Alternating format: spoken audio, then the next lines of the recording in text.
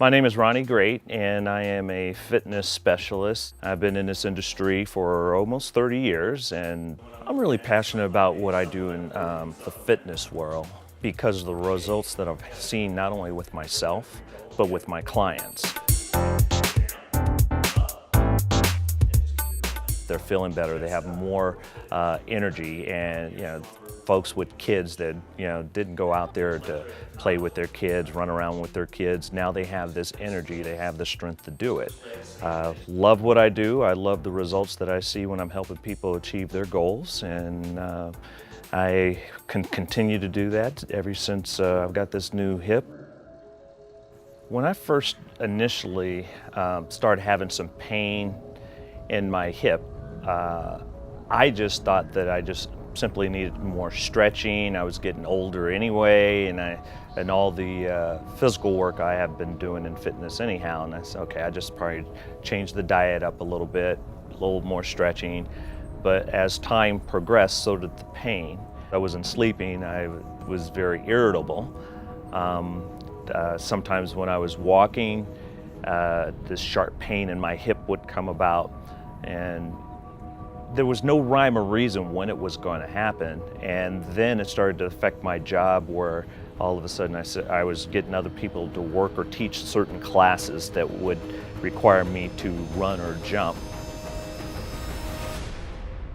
So Ron came to see me earlier this summer complaining of increasing pain in his hip, more disability, inability to exercise and do the things he needs to do, not only for himself but for his clients as a personal trainer. So Ron has, as most patients who have a very arthritic hip, will have a worn out joint space. The bone gets to be touching bone on bone. As you can see here in the weight-bearing part of the joint, he had some bone spurs that were starting to grow off the side of the femoral head, and so those are the findings that are indicative of a worn-out hip joint. We talked to him about doing a hip replacement. I do it through a less invasive approach called the direct superior approach, which is a muscle-sparing approach that myself and 6 other docs from around the country helped develop.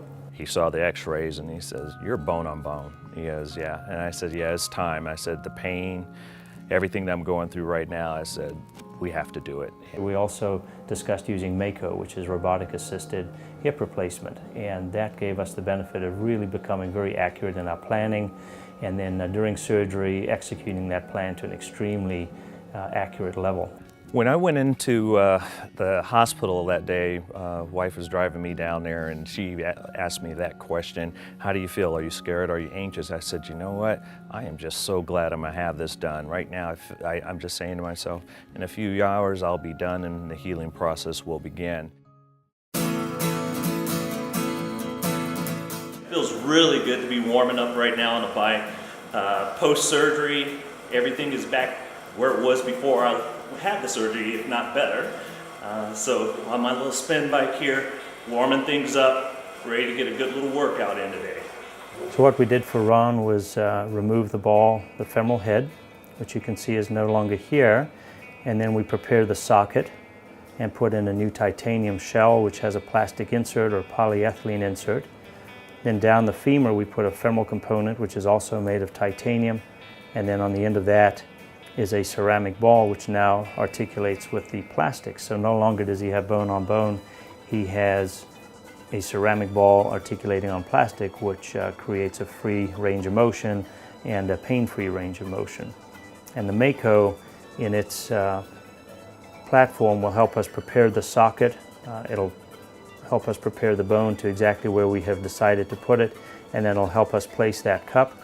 It'll also help us with the offset where the center of rotation of the hip is, and it'll also help us determine his pre- and post-operative leg length, which have made those parts of the case far more accurate and precise, and I think has led to a very high level of patient satisfaction with our hip replacements. To my surprise, when I got to the recovery room after the surgery, I just remember opening my eyes and looking at the clock, knowing that I went to sleep at 10 o'clock, and it was 11 o'clock. And I thought they didn't do the surgery. I wasn't feeling any pain. I felt wide awake, and the nurse had her back to me. And I said, "Excuse me," and she turned around kind of startled, and she goes, "Oh, you're awake?" I said, "Yeah." I said, "Did they do it?" She goes, "Yep, took about an hour."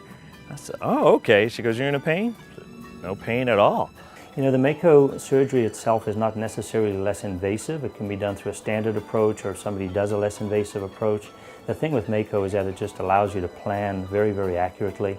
It allows you to do some things that you just don't have the ability to do with manual instruments. So I've incorporated now probably about 90% of my cases are being done with the robot, and I don't see that changing. I see the playing field in orthopedic joint replacement changing heavily towards Mako. There's a tremendous interest from surgeons all over wanting to do it, wanting to learn it, and I think in the next 5 to 10 years we're going to see a big transformation how hip and knee replacements are being performed.